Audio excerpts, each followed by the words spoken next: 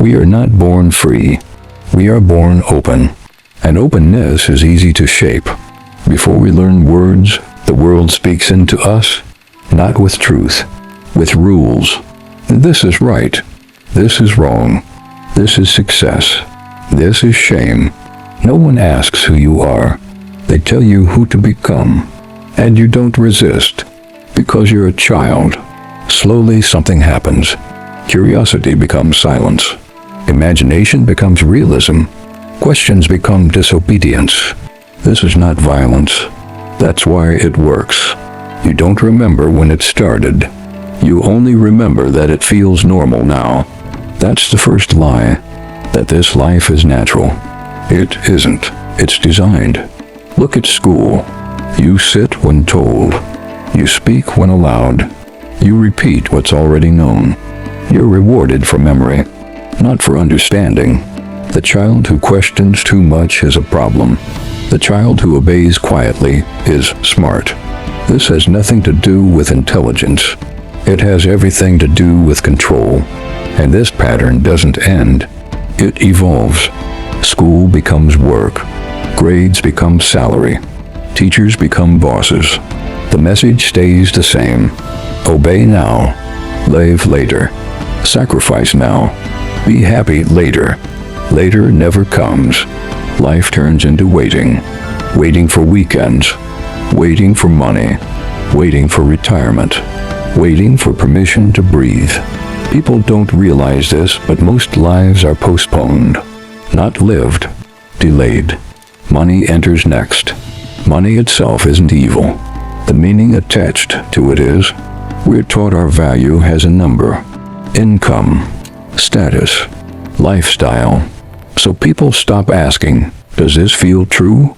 They ask, how does this look? This is how comparison is born. Comparison is a quiet disease. You don't notice it at first. Then one day, someone else's success hurts. Not because you failed, but because you believed life was a race. Social media didn't break humans. It exposed what was already fragile. Now you compare your behind the scenes to everyone else's highlights, and you feel small, restless, never enough.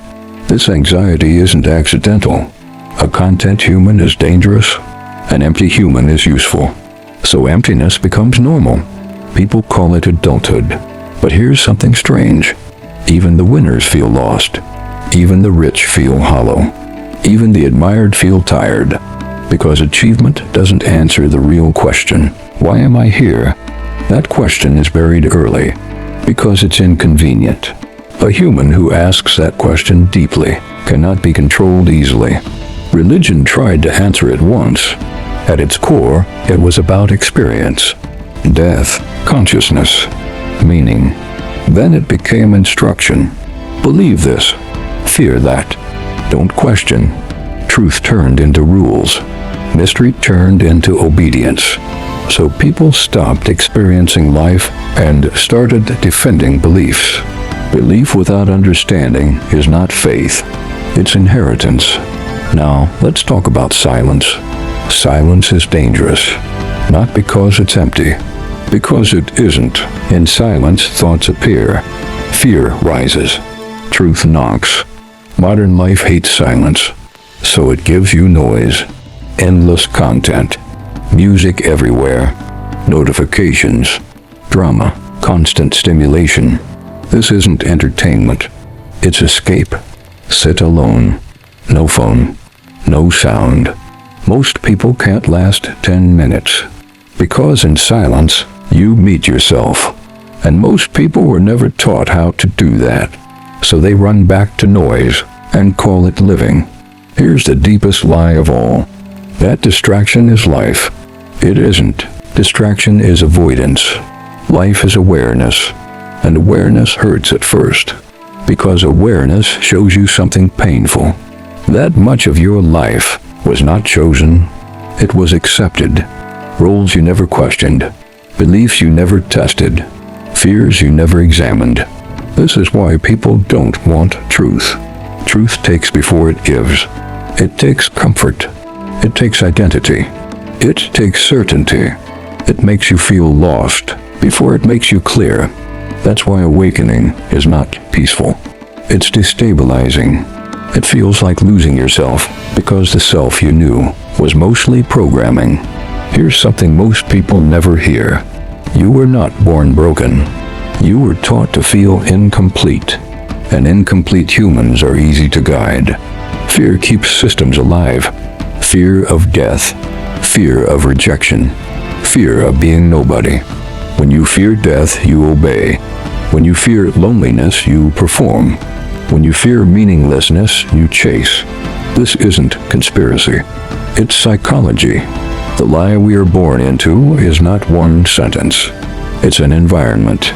And environments shape behavior quietly. Once you see this, you can't unsee it. You start noticing patterns in others, in yourself. And that's where honesty begins.